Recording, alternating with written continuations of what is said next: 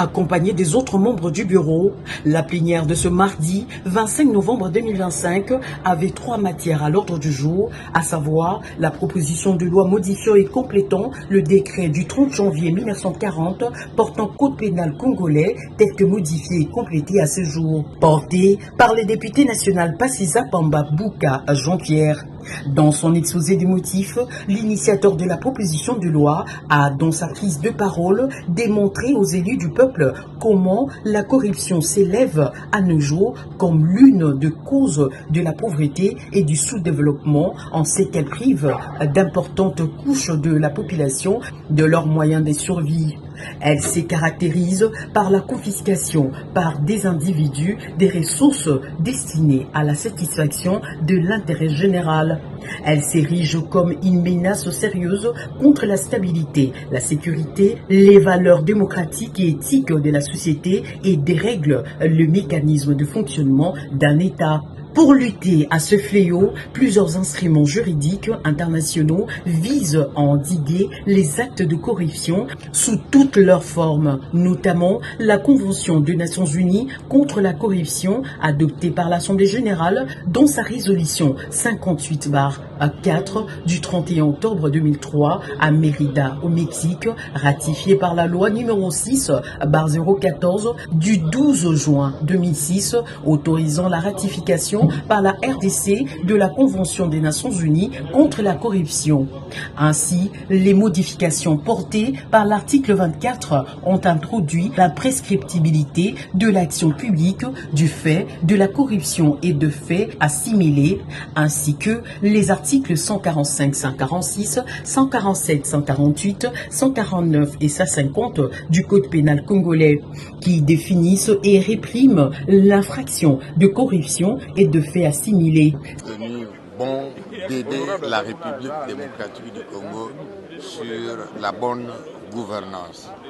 Comme vous l'avez suivi dans le mot introductif, il y a beaucoup de facteurs qui freinent aujourd'hui le décollage de la République. Mais le facteur principal de tout ce dont nous souffrons aujourd'hui reste la corruption.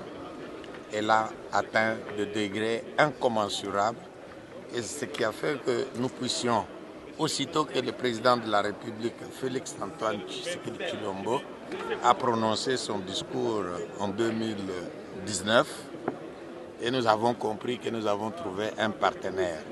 Voilà pourquoi nous nous sommes battus. Peu importe le temps que cela a pris, aujourd'hui nous devons nous sentir heureux. Comme qui dira quelque chose malheureusement, aujourd'hui nous sommes heureux parce que ce premier texte vient de passer, ce qui nous regarde parce que nous avons encore une autre proposition de loi sur les entreprises publiques, ainsi que la troisième proposition sur la protection des lanceurs d'alerte. Donc nous nous estimons heureux quand on commence à comprendre que en mettant sur pied des mécanismes. L'innovation de cette proposition de loi ou les principales articulations.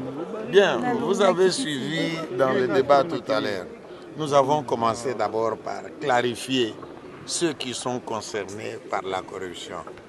Dans le code pénal, on parlait de l'agent public. Mais maintenant, nous parlons de l'agent public et toute autre personne. Qu'est-ce que cela veut dire? Qu'on soit agent de l'État ou qu'on soit dans les structures privées, la corruption que vous commettez va vous coller à la peau. Ce que nous appelons le couple pénal. C'est-à-dire, là vous avez le corrupteur et le corrompu, tous les deux subiront la même rigueur de la loi.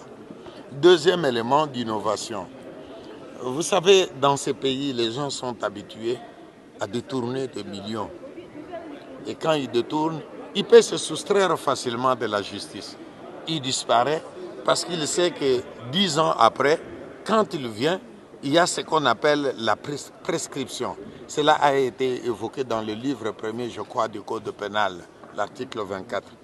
Mais l'innovation maintenant, c'est que nous disons que quand vous avez détourné, il y a imprescriptibilité des faits, des actes de corruption. Si vous détournez aujourd'hui, vous vous soustrayez de la loi, vous disparaissez. 15 ans après, quand on vous retrouve, vous devez rembourser ce que vous avez détourné. Faire lors du débat général présidé par le premier vice-président de l'Assemblée nationale, le professeur Isaac Jean-Claude Tshilombaï Moussaou, les députés nationaux Boris Mboukou félicitent les auteurs de 3 propositions de loi pour le travail abattu, tout en suggérant pour la proposition de loi de l'honorable Paciza Pamba le remplacement du terme servitude pénale par emprisonnement. Les auteurs des différentes propositions de loi ont tour à tour remercié le bureau de l'Assemblée nationale pour lui avoir accordé ce cadre de change et promettent de prendre en compte toutes les recommandations pour enrichir le texte. Signalons que les députés nationaux ont, après un débat houleux, voté la recevabilité de ce 3 propositions.